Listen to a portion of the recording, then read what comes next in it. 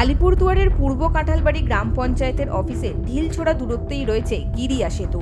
গ্রামবাসীরা জেলা পরিষদের সহকারী সভাপতি মনোরঞ্জন দের কাছে দাবি জানান সেতু তৈরির জন্য।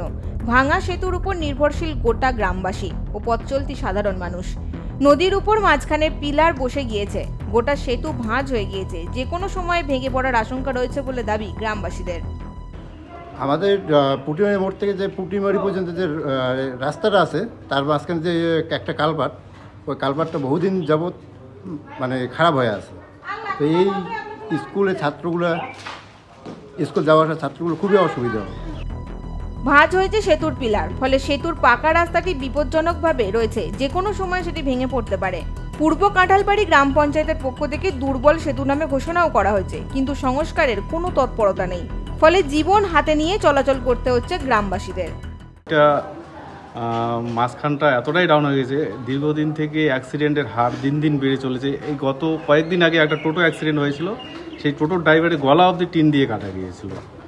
মানে যান প্রাণের ঝুঁকি নিয়ে সেই ব্রিজ পারাপার হতে লাগে। আলিপুরদুয়ার জেলার আলিপুরদুয়ার ১ নম্বর ব্লকের পূর্ব কাঁঠালবাড়ি গ্রাম পঞ্চায়েতের অফিস সংলগ্ন এলাকার এই গিরিয়া সেতু সংস্কারের দাবি জানিয়েছেন গ্রামবাসীরা।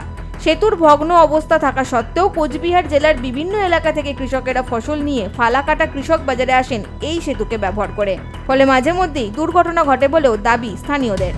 তবে এ বিষয়ে জেলা পরিষদের সহকারী সভাপতি বলেছেন, আমাদের অনেক ব্রিজ আমরা করছি, রাস্তা বড় বড় করছি মাননীয় মুখ্যমন্ত্রীর অনুপ্রেরণায়, কিন্তু আমাদের প্রশ্ন হলো কাঁঠালবাড়ি জিপিটা হলো বিজেপির, এমপিকে প্রচুর ভোটে লিড দিল মনোজ টিগ্গাকে, আর 2 বারের বিধায়ক, তারা কি কাজ করলো?